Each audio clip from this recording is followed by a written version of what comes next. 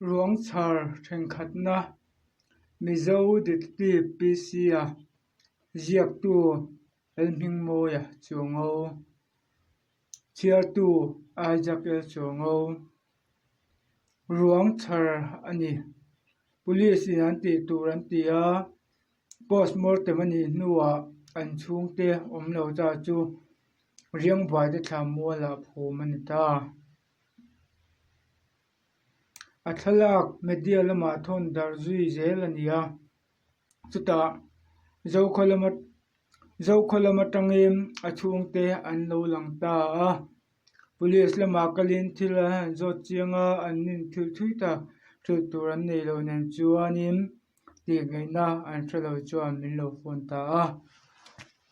keila chuan kan thona lam kan na ani lo nen chuang ngai dan siam thiam har kalo ti bok ne head officer number pein kabiak tir ta ani chuan Mizo ta ngai dan siam thiam har khop mai katia ani poin ati ve tho mai ani chuan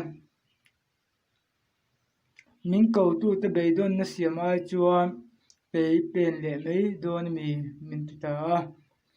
chuang ngai dan chu kan siam chho le ta tun tum chu tim lampo kan hanin thak chho ve ta SI dikanen kanau so manen chuan nu chui turin ai zol lama kan chho ta chuta chuan mi thi chungte chuan in muin so ngayang angte kan in zo chho ta zel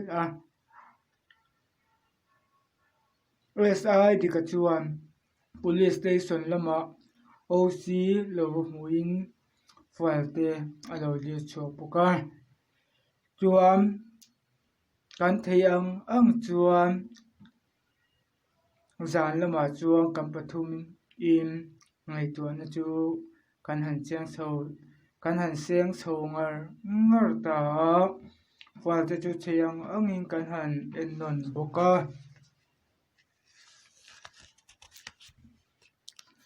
malak ma kan han la chho ve chu nia ma sela malak na chu abo kher mai ban sen le dum rum ani hi lo me chuti chung chuan tuk chuan atuk zana chuan ruang charna hmuna boruak thli thlai turin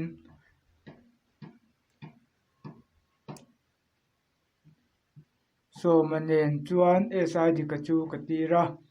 kein file lam chu kalo check boka chuan anlo hoin theiang angin ma kan lak chhona chu kanan sui ho ta chuan matar la le turin ngei tuana kan seng chun zom ta